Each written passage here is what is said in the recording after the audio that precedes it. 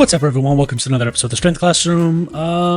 This is a subscriber question that I was asked, and I actually had to scratch my head thinking about this. So they asked me, what would you rather do if you had to pick which one? And now I'm interpreting this question as these are the only exercises I could do.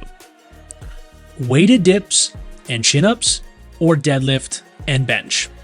So let's start off with choice number one, bench press and deadlift. So I broke it up into some categories. There's going to be the pros and cons of each, what muscles they work, what they lack, the accessibility to equipment, whether you're in a home gym or let's say stranded on an island or some shit like that, how heavy you can go on the exercise and how comfortable that would be. So choice number one, the bench press and the deadlift. The pros are high amounts of muscle engagement. So the bench press targets primarily the chest, the shoulders, and the triceps, while the deadlift engages the posterior chain, low back, glutes, hamstrings. And it also will hit the entire back to an extent, but I would say it's going to be primarily just a posterior chain exercise. Let's leave it at that.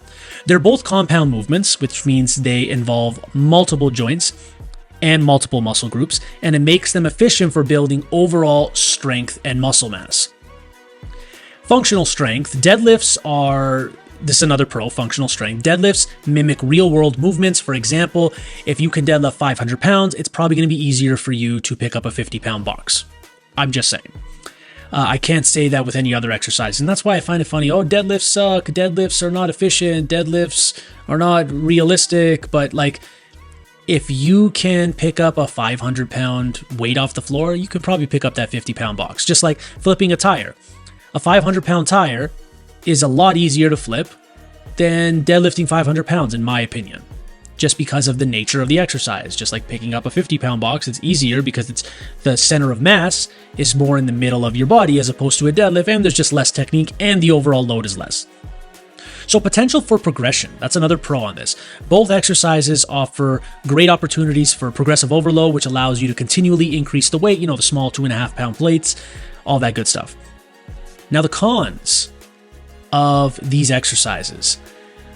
Technical skill can be one of them. So the deadlifts, specifically the deadlifts, require proper form to avoid injury, and this would not be suitable for a beginner if this was the only exercise I would prescribe to them, especially if I cannot be there to coach them through it. The the bench press is just as technical, but you can get away with a little more things on the bench press for a longer period of time, let's say. Deadlifts, you don't want to just start picking up the weight, severely rounding your upper and possibly lower back, and you don't just want to say screw it and rip the weight off the floor. So in the beginning, the bench press can be less technical. In the beginning, the bench press, can be less technical, and the deadlift's going to be a bit more technical. There's going to be a bit more cues you're going to have to go over. And you can't really target an exercise or a muscle group, without making some severe changes to the exercise. So this is a standard deadlift. I'm not going to say, oh, you could just do a snatch grip, or you could do a guillotine press, or you could do an incline bench. It's like, no, it's a flat bench press and the deadlift. Those are the tag team right here.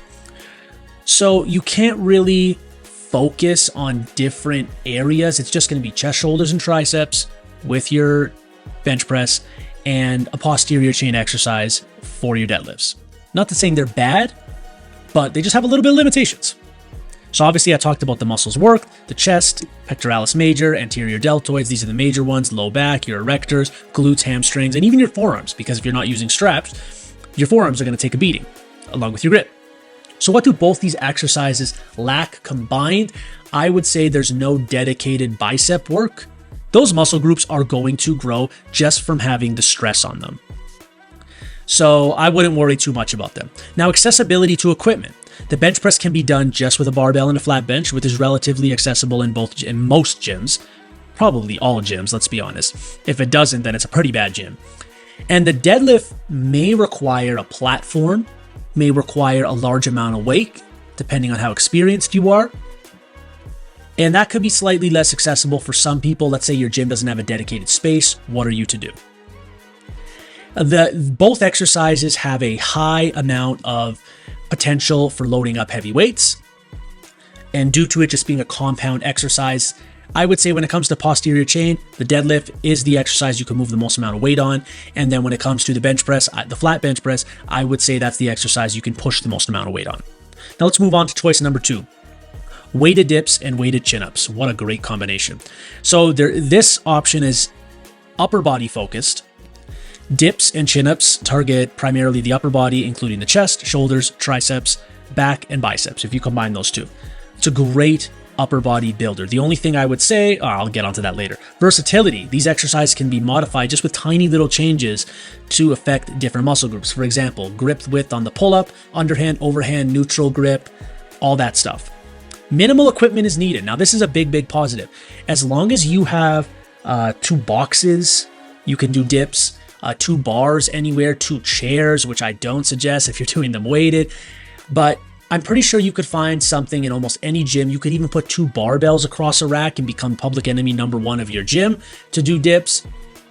You can find somewhere to do dips and chin-ups. You just need to have a straight bar there. You can do pull-ups and chin-ups on a Smith machine. You can do them off rings. Very, very accessible. And you can even buy some of this equipment for your home so you can do them all the time. And they're relatively safe. I've never heard too many people get injured off a dip or a chin-up or anything regarding that. It'd be more of like if you're loading it up too heavy or doing too many reps with improper form, which can be said for any exercise. Now, what are the cons? This option definitely has limited lower body engagement. Weighted dips and chin-ups, they're going to strengthen your core. Most people don't know that, but it's not going to do anything for your legs. Like literally nothing for your legs, which is why I thought it was interesting that it was these 4 exercises being compared. You could be challenged with progressive overload, because depending on what access you have weights to, if you have a 25, 45, you don't have enough small change plates to make these little jumps. And even worse, if you don't have a weighted belt, you might have to hang chains around your neck, which is, if you don't have a weighted belt, you're not having chains. But you might have to hook your feet with dumbbells, so it could become inaccessible in that way. So here's the main downfall of this part. If you're a beginner, there is no strong regression on this, okay? If you can't do a body weight rep, you're gonna have to use bands. Like, you're gonna have to really think of the regressions. Whereas the bench press and the deadlift, you just start off with the bar. So I talked about this, the muscles worked: pectoralis major, anterior deltoids, triceps, latissimus dorsi, biceps, and your rear delts, so your posterior deltoids. These 2 exercises combined will lack engagement in all the upper body muscles such as quadriceps, hamstrings, glutes, etc. The accessibility to the equipment might make this a bit more friendly of a choice when maybe you can't be at your home gym, or I don't mean that by your home, but I mean like the gym that you work out normally. And the potential to go heavy safely is probably less on this exercise, especially on the dip. You have to be doing dips for a really long time to know how to go heavy safely. Same with the weighted pull-up. So I would say for beginners, the bench press and the deadlift would be my decision. For more advanced trainees, I would say the weighted dip and the pull-up would be my decision. But the ironic part about this question is my answer would be to pick one from each. I would say the deadlift and the weighted dip. I can't think of a muscle group in your entire body that is not worked when you combine those 2 exercises together. The only thing I could think you would lack is a little bit of side or lateral side delt development. That was a mouthful. That's the only thing I can think of. Other than that, it's hitting everything. So I know I didn't even answer your question, but gun to my head, I'm going to have to say, damn, it's such a... There's no winner. There's no winner. If you have access to the equipment, pick either of these options. But I will say the winner in my book, because this is my video, I make the rules, will weighted dip and deadlift. Have a great day, ladies and gentlemen.